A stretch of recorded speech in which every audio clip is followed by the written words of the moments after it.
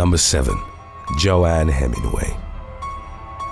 In June of 2017, an argument between two neighbors in Hull, England, escalated to physical violence before ending in murder. There had been a history of bad blood between Angela Burkett, a woman in her early 50s, and 39-year-old JOANNE Hemingway, both of whom lived on the same road. Burkett, who'd struggled with substance abuse, reportedly regarded herself as the Queen of Beverly Road and, by some reports, resented Hemingway as a potential challenger to her self-given title. Earlier in the day, on June the 29th, the latter had gotten the best of Burkett in a fight witnessed by several other neighbors. Burkett then exacted her revenge, aided by her partner, Glenn Foster. The pair were armed with knives, and Foster also carried a baseball bat as they charged Hemingway. She used a scaffolding pole to try and fend off her attackers, but the skirmish ended with her being stabbed through the chest. She succumbed to the wound, and the authorities initially charged Foster with the murder, a narrative that Burkett was willing to support.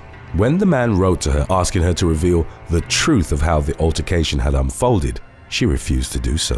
However, in the massive investigation that followed, the authorities concluded that Burkett had dealt the killing blow in what multiple media outlets would describe as a revenge killing. A judge at Hull Crown Court told Burkett it was absurd for her defense to claim that someone else had stabbed Hemingway, while also describing the victim as a much-loved daughter, sister, and mother. Burkett was sentenced to life in prison with parole available after a minimum of 20 years. In April of 2020, while serving her sentence, Burkett passed away after suffering from pneumonia after contracting COVID-19, with reports indicating that she'd refused to take precautionary measures, even though her health was already vulnerable due to hepatitis C.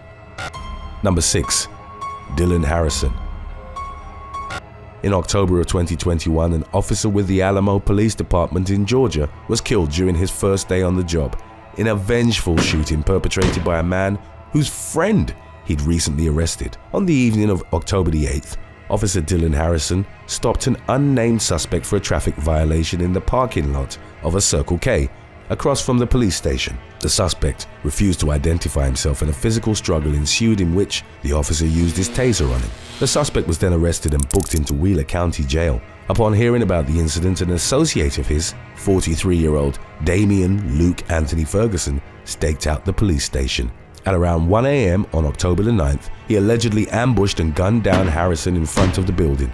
He was survived by a wife and a 6-month-old daughter, and was the first Alamo officer to have been killed in the line of duty. After a brief search, the state of Georgia's SWAT team apprehended Ferguson, and an investigation into the alleged cop killer is ongoing. Number 5. Casey McKinney. On February the 13th of 2018, a woman was gunned down by her ex-boyfriend at an apartment complex on Barton Road in Redlands, California. At the time of the shooting, 31-year-old Casey McKinney was at the residence with her new boyfriend, whose identity wasn't released, and her 4-year-old son. Riverside man Bradley Thomas Wass, aged 33, is believed to have sought revenge on the woman after she'd broken up with him. Wass opened fire on McKinney, inflicting fatal injuries to which she succumbed at the scene, but also took aim at her child and boyfriend. The other man was able to grab the baby and escape the gunfire by jumping from a second-story balcony. Both survived, with the child subsequently placed in protective custody. The authorities launched a search for Wass, and a few days later found him dead at the Indian Hills Golf Club in Miraloma. The cause of his demise was reported as a gunshot wound, which appeared to have been self-inflicted. Number 4. David Allen. A man from the Northern Moor area of Manchester was brutally assaulted on June the 4th of 2020 following a series of events that was set in motion after he'd pushed a teenager off his bike. The incident was pieced together by the authorities from surveillance footage and witness testimonies. At some point, 3 teenagers had cycled very close to 23-year-old David Allen as he was walking on the pavement. Allen reached out and pushed the one nearest to him, causing him to fall off his bike before continuing towards a Tesco Express. The teenager's mother, who'd presumably been informed of the incident in the meantime, then pulled up in front of the Tesco in a Nissan Juke and confronted Allen. He started walking away from her, but she followed him and flagged down a van driven by 30-year-old Aidan Matthews, an acquaintance of hers, telling him that Allen had hit her son. An altercation ensued between the two men in which punches were exchanged that left Matthews with a bloodied face. The latter drove off and picked up his friend, 33-year-old Joseph Stott, from a nearby address. Together they tracked Allen down and proceeded to viciously beat him. Matthews struck him repeatedly with a large metal torch, and Stott forcefully kicked him multiple times as he lay on the ground. The pair then left him in the street and fled the scene, colliding with another car. As they drove away, Allen succumbed to his extensive injuries the following day. One of the strikes had caused his skull to rotate so violently that the right artery inside the lower part of his skull near to the brainstem was torn and caused him to immediately lose consciousness. There were 18 separate areas of bruising to his head, as well as internal bruising within the scalp, forehead, face, chin, and jaw. Matthews and Stott were sentenced to life in prison with a minimum of 18 and 16 years served, respectively. Number 3. Roy Jaggers.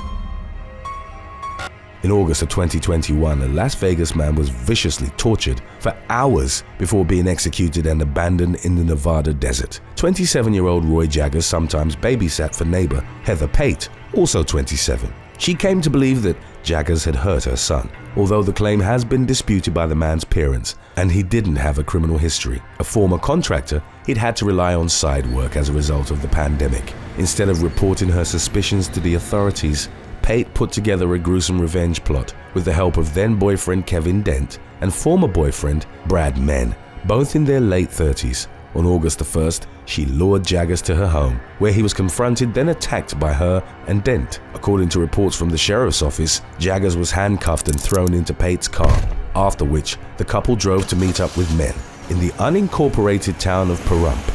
The trio took Jaggers to a remote desert area where they spent hours, assaulting him with weapons that included an axe, a baton, and knives, as well as a blowtorch. His tormentors then drove Jaggers about 25 miles to Cathedral Canyon, where they stripped him of his clothes and forced him to walk off a cliff. Afterwards, he was shot multiple times. His body was found later in the day, and Pate, as the last person to have been seen with him, became a person of interest. She and Dent were arrested after the police searched their homes. Menn was taken into custody as well, and he ultimately produced the murder weapon. The trio was charged with murder, kidnapping, battery with substantial bodily harm, and conspiracy to commit murder. Their trials are ongoing, but prosecutors stated an intention of seeking the death penalty for men who had acted as the trigger man.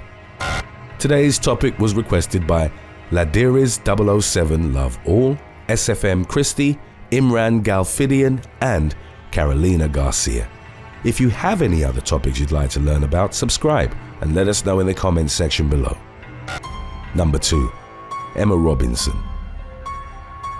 In October of 2021, 2 brothers were convicted of attempted murder for firing a shotgun at a woman in Westerhope, Newcastle, England. On October the 3rd of the previous year, at about 10 p.m, Emma Robinson was cooking cottage pie in her kitchen. As she was facing the microwave, the window behind her suddenly shattered, and she felt something strike her in the back, arm, and the side of her face. It would later be determined that what Robinson had experienced was the impact of a shotgun blast. She survived, but her body was peppered with buckshot. Brothers Thomas and James Lee, both in their 20s, would be identified as suspects in the shooting's aftermath. Local authorities investigated the matter and reported that they'd opened fire on the home out of revenge because they'd been involved in an argument with Robinson's son. Roughly 26 hours after shooting her, the Lees fired a shotgun at their cousin, Jordan King, with whom they'd also been embroiled in a dispute. He also survived, and the shooters were found guilty of attempting to wound him with intent. The prosecutor, who'd successfully argued for attempted murder in Robinson's case, pointed out that given the circumstances, the Lee brothers would have undoubtedly noticed that there was someone in the kitchen.